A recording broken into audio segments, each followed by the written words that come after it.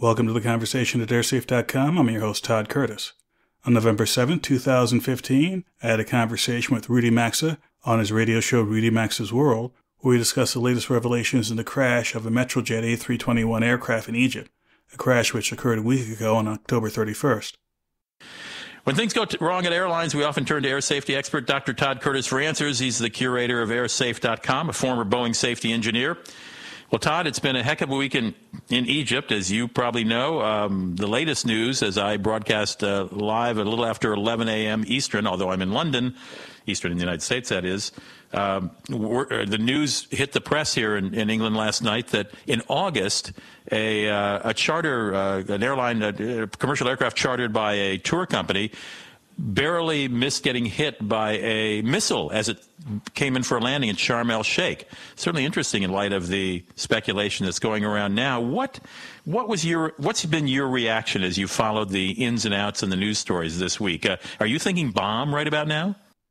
Well, before we get to the Metrojet event, I did read that same story about the missile barely hitting the jet, and supposedly the explanation was there was a Egyptian military exercise in the area, which made me think, why would they have a military exercise near a civilian airliner? But that's another issue for another day. As for Metrojet, I think the evidence is fairly overwhelming that you not only had a catastrophic in-flight breakup, but the latest, which was just released by the Egyptian authorities in a press conference about an hour ago, the latest is that the recordings stopped very, very abruptly, right after there was a loud, unusual noise.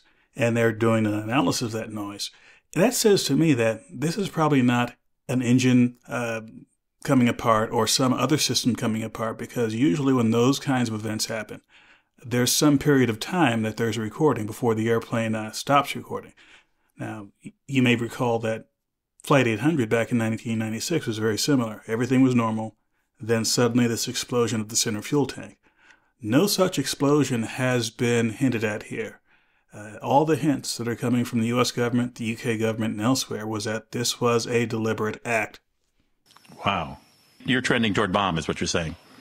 That's correct. Again, it wasn't anything in the actual investigation because, as they just said about an hour ago, there is no conclusive evidence from the formal investigation. But the indirect evidence is specifically the actions of the British Prime Minister and the American President. The other day, Obama went on radio and basically said that the suspicion was that this was a bomb. And the UK government had a very unusual meeting the other night where they basically said, hey, there's a problem here. We would like to stop all flights to Sharm el-Sheikh. We'd like to evacuate all of our citizens. Now that says to me that someone knows quite a bit more about what happened than what has been released to the public officially. Well, I certainly think it's going to come out. Did you say they're analyzing the sound of the explosion?